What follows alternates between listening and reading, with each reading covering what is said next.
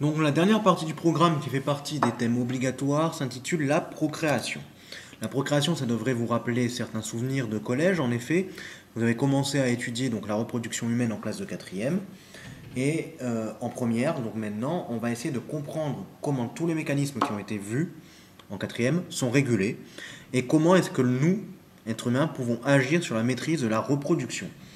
Donc en somme, on va faire un petit peu de physiologie humaine avec l'étude des hormones au travers de l'exemple de la procréation. Donc nous allons d'abord commencer par les processus biologiques qui sont contrôlés par les hormones et en grand A, les cycles sexuels chez la femme. Donc petit rappel tout de même au niveau donc, de l'anatomie de l'appareil génital féminin.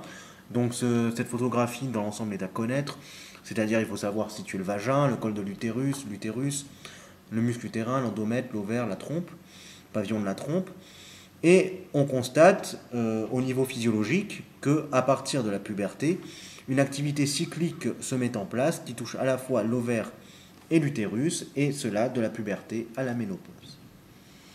La question que l'on peut se poser, c'est comment cette activité se déroule. Donc, à localiser bien sûr les mots-clés sur la photographie. Où est l'ovaire? Ici. Et l'utérus? Ici. Donc l'ovaire, c'est la glande qui est entre autres responsable de la fabrication des ovules, qui sont les gamètes femelles, tandis que l'utérus, c'est l'organe où se développera le futur bébé. Donc, quelques définitions de termes que vous devriez connaître, normalement depuis la classe de quatrième. Le terme de puberté, c'est la période de la vie où l'individu acquiert la possibilité de se reproduire, et à l'issue de la puberté, les organes génitaux sont fonctionnels. Donc c'est à partir de la puberté que on acquiert la capacité à se reproduire. Autre terme à connaître, la ménopause, qui touche donc les femmes, c'est l'arrêt des cycles menstruels intervenant entre 45 et 55 ans. Cela se traduit finalement par une disparition des règles et un arrêt définitif des pontes ovulaires. Suite à ça, il y a d'importantes modifications de sécrétion hormonale qui se lient à la ménopause. On reparlera des hormones bien sûr ultérieurement. Maintenant, nous allons traiter donc dans un petit 1 le cycle ovarien. Donc l'ovaire, j'en ai parlé tout à l'heure, j'ai dit qu'entre autres, il servait à la fabrication des gamètes, mais il a deux rôles. Donc la fabrication des gamètes, c'est-à-dire les ovules chez la femme, et la fabrication d'hormones, les hormones sexuelles que nous détaillerons dans la suite de ce cours. Donc quand même, quelques définitions. D'abord, rappelons le terme de gamète, c'est une cellule reproductrice, c'est les spermatozoïdes chez les hommes et les ovules chez la femme.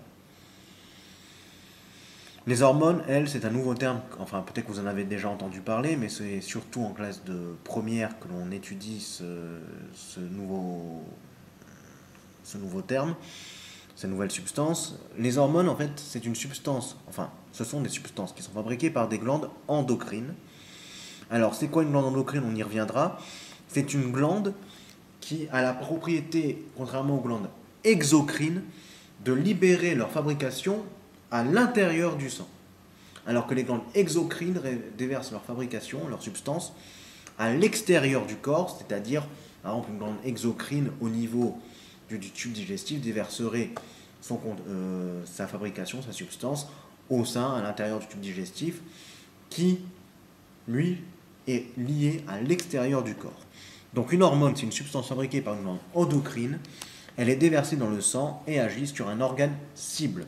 Une hormone n'agit pas au hasard, il y a des organes qui ont des récepteurs spécifiques à une hormone, et l'hormone ne peut agir que sur ce type d'organe. D'accord? C'est pour ça que l'on parle d'organe cible. Donc, petit rappel de ce que je viens de dire, la glande endocrine, c'est une cellule glandulaire qui déverse sa sécrétion, l'hormone entre autres, dans les espaces intercellulaires. De là, la sécrétion peut gagner la circulation sanguine. Donc tout cela, endocrine, c'est-à-dire reste à l'intérieur du corps, ce n'est pas déversé vers l'extérieur du corps. Donc nous allons maintenant parler de la première partie, c'est-à-dire la fabrication des gamètes, l'un des deux rôles de l'ovaire.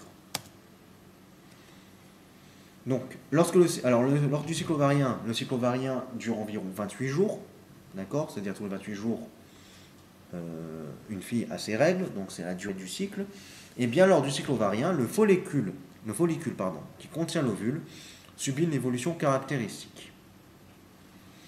Alors c'est quoi un follicule? Eh bien c'est une structure qui a une forme arrondie à l'intérieur de l'ovaire, entre autres dans un organe, mais ici on parle donc du follicule ovarien. Donc c'est une structure qui a une forme arrondie dans l'ovaire, et ce follicule ovarien contient le futur ovule. Ici, on l'appelle l'ovocyte. Donc, dans un ovaire, là, c'est une coupe de microscopie photonique. Donc là, on est au sein d'un ovaire. Et ce que l'on voit ici, de forme arrondie, c'est un follicule. D'accord?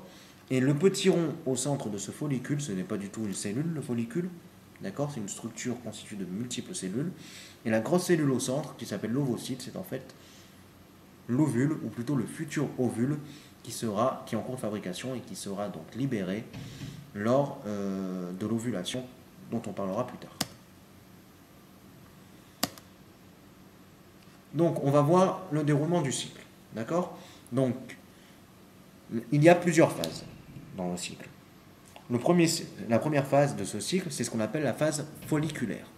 Durant la phase folliculaire, donc du 1er au 13e jour, eh bien, le follicule va achever sa croissance. D'accord? Ensuite, au 14e jour du cycle, en général, il va y avoir libération de l'ovule, c'est ce qu'on appelle l'ovulation. Donc l'ovule est expulsé du follicule dans la trompe utérine.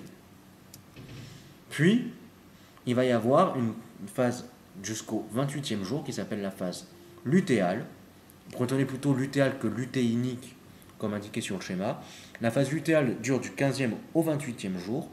Le follicule qui a été rompu lors de l'ovulation va se refermer et se transformer en ce que l'on appelle un corps jaune. Et on verra l'utilité du corps jaune un petit peu plus tard lorsqu'on fera la régulation hormonale. Donc, on va traiter maintenant de la production des hormones. Et c'est une des parties les plus compliquées du cours. Donc, au niveau du cycle, il y a au niveau de l'ovaire, donc on sait que l'ovaire a deux rôles. Là, on va traiter du deuxième rôle, la production des hormones.